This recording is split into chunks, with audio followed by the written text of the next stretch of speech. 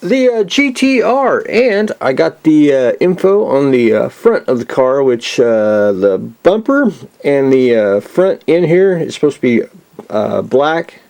So I got it masked off, got it painted. I got to go one more coat on it because I did it really thin the first time. So I'm going to let that dry today, and I'll get another coat on there, and we'll be done with that. But I got to add, there's a little silver, I want to say a line that goes right in here. And you can see it on the kit. I'll put that in, but I got to get the another coat on there first before I attempt it, and then I can pull the tape off, and then I got to do the side here, just a little black recessed indentions in there, and I'll be good to go on that. So getting closer and closer to being done with the GTR. So just a little bit more, and we'll be ready to go.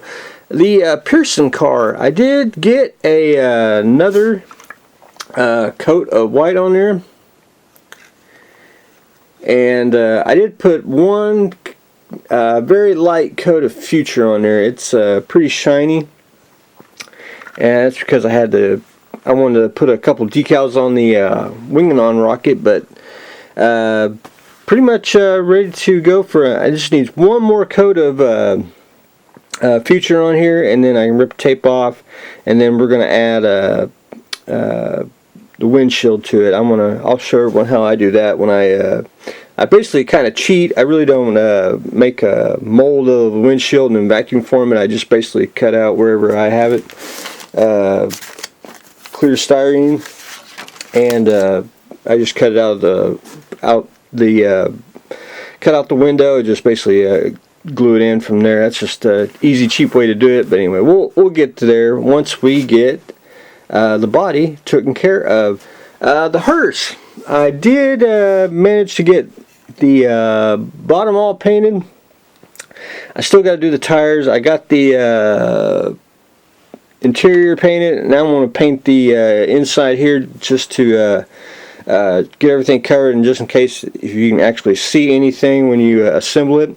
I got basically the top of the hood and one side of the Hearse painted, and most of the inside here. So that was just till I ran out of paint. But the curtains, now when I say I paint a lot for people, and when I say I'm going to paint something like for example, I said I was going to paint this gray, it's not actually I'm going to get the color gray and paint the curtains that way, but it'll be I don't know, very faint, a little bit of gray, just to give it just a tad bit of color. Just won't make the black look toy-like. And I wanted to show everyone.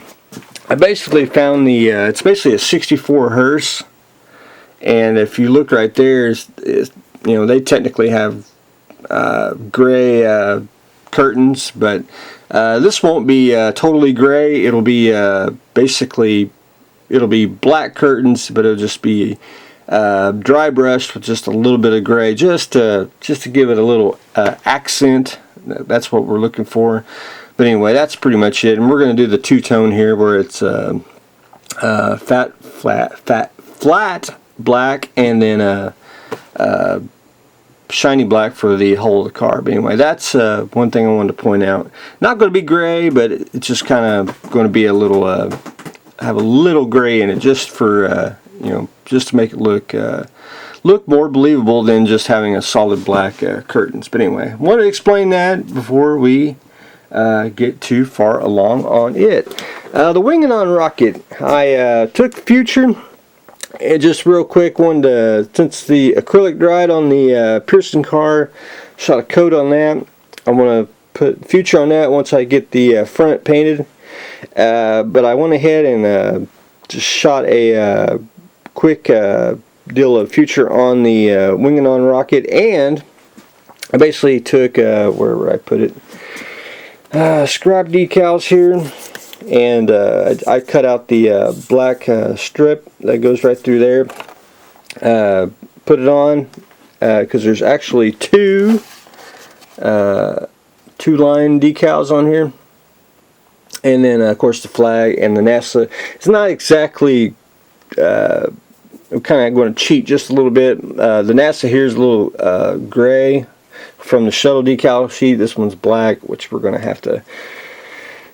basically, it's going to be an impression piece because that's what we're aiming for. I mean, it's not 100% exact, and not many people would know exactly what this is. But anyway, it'll be close enough, and that's what we are trying to achieve.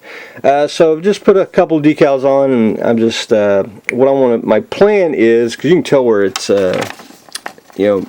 they basically painted silver, but the I want to say iron body, it's kind of pitted and rusted out, and it's probably really weathered. So want to get decals on, then I'll put just a tad bit of weathering on it just to make it look more not too shiny, but just a little more dulled down. And it's basically going to be flat earth on here to a point, and then it's going to be a little bit of grass, because you can see where it's grass on the where it's been sitting. And it's probably got some more grass here, just depending on how much it's grown out. But I wanted to try out the Vallejo crushed grass, which I did a little bit on it. You can see right there.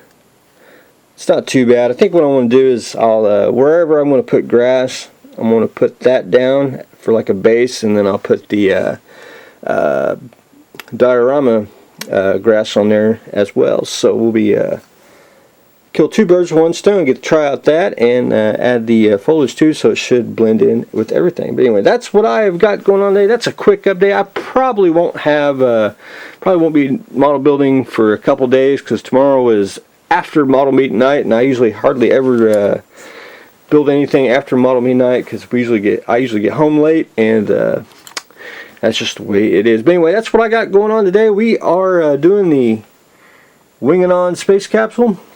Trying to get the front end here painted. The Pearson car getting its base coat, and of course we are painting the Hearse and the Enterprise. I'm going to try to start this week, at least hopefully by this weekend. I will hopefully get the saucer attached and get the rest of the lights on. That's my plan, but who knows if it'll work out that way, but we will try. But anyway, that's what I've got going on today, so stay tuned for the next exciting episode.